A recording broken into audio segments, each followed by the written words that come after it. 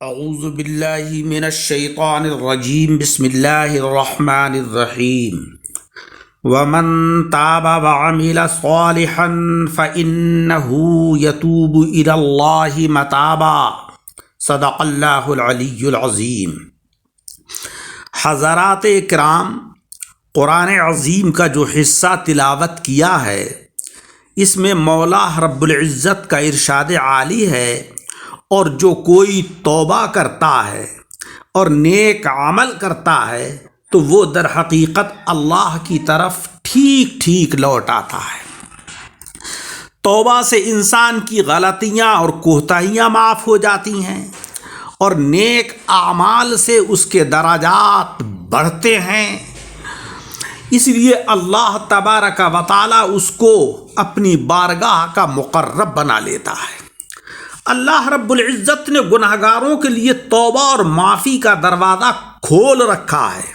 وہ معاف کرنے کو بے حد پسند کرتا ہے، کوئی کتنے ہی گناہ کیوں نہ کر لے، جب وہ اللہ کی بارگاہ میں آ کر معافی مانگ لے تو اللہ تبارک و تعالی سب گناہ معاف کر دیتا ہے۔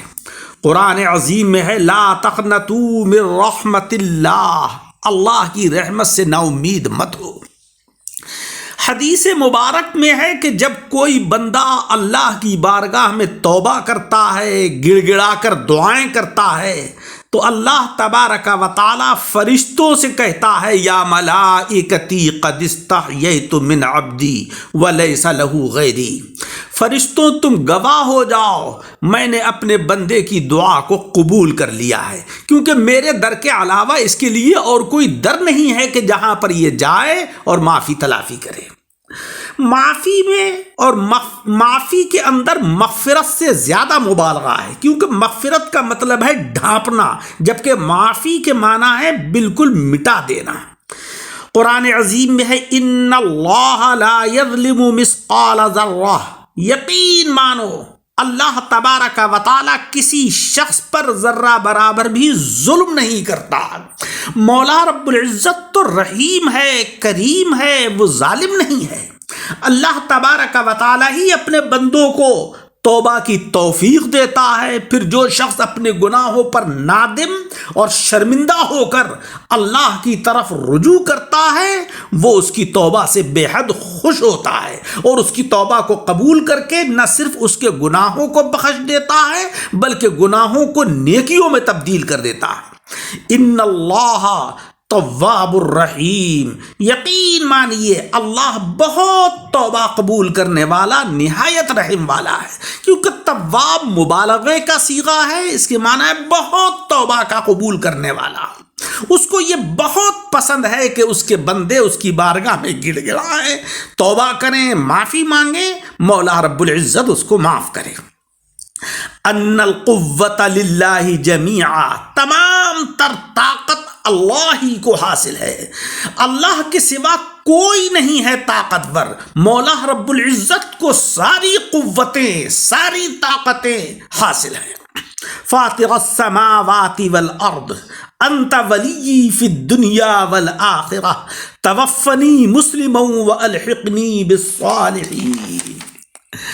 اے آسمان و زمین کے بنانے والے، تو ہی دنیا اور آخرت میں میرا کارساز ہے، مجھے فرما برداری کی حالت میں وفات دے اور مجھے نیک لوگوں میں شامل فرما۔ نیک لوگوں کی صحبت، نیک لوگوں کے ساتھ حشر و نشر، یہ بڑی خوش نصیبی کی علامت ہے۔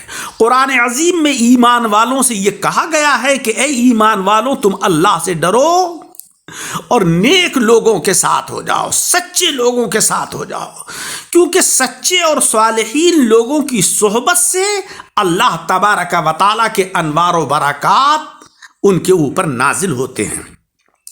قرآن عظیم میں ہے بارکنا حولہ، ہم نے مسجد اقصیٰ کی ارد گرد برکتیں اتاری ہیں۔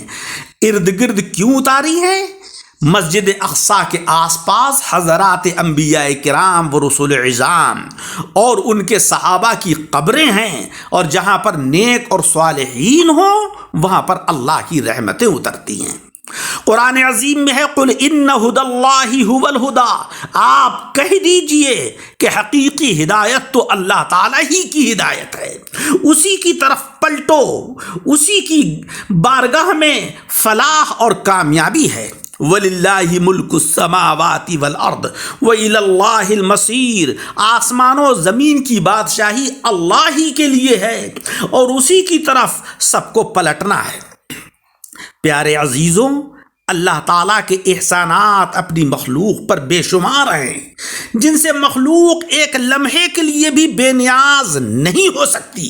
وہ اپنے بندوں کو ان کے اچھے اعمال کا بڑھا چڑھا کر ثواب عطا کرتا ہے، ان کی خطاؤں سے درگزر کرتا ہے، اور آخرت میں وہ ان پر جنت کی صورت میں اپنے انعامات کی بارش کرے گا۔ قرآن عظیم میں ہے انہو ھو البر الرحیم، بے شک وہی تو ہے بہت احسان کرنے والا، نہایت رحم والا۔ لیکن شرط یہ ہے صبغۃ اللہ ومن احسن من اللہ صبغہ، اللہ کا رنگ اختیار کرو، اور اللہ تعالیٰ سے اچھا رنگ کس کا ہو سکتا ہے؟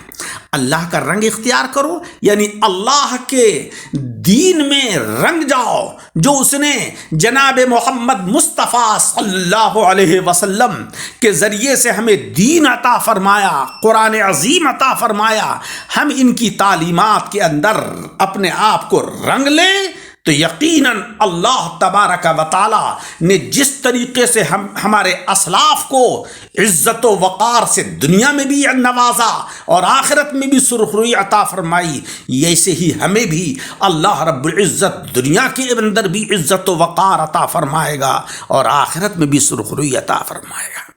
ہرگز دل برداشتہ نہ ہوں، ہمیشہ ایمان والوں نے اپنے سے زیادہ طاقت والوں کا مقابلہ کیا ہے، لیکن اللہ نے فتح و نصرت مسلمانوں ہی کو عطا فرمائی، کیونکہ ایمان والوں کے پاس ایک ایسا اسلحہ ہے، ایک ایسا ہتھیار ہے کہ جو دنیا کی کسی قوم کے پاس بھی نہیں ہے، اور وہ اسلحہ، وہ ہتھیار ایمان کا ہتھیار ہے، ایمان کی طاقت ہے۔ جس کے پاس ایمان کی طاقت ہوتی ہے اللہ کی رحمتیں اس پر اترتی ہیں، اور جس پر اللہ کی رحمتیں اترتی ہیں فتح و نصرت اس کے قدم چومتی ہے۔ اللہ تبارک و تعالی ہمیں ایمان کے سرمائے سے نوازے اور اعمال صالحہ کی توفیق عطا فرمائے، آمین بجاہ النبی الکریم۔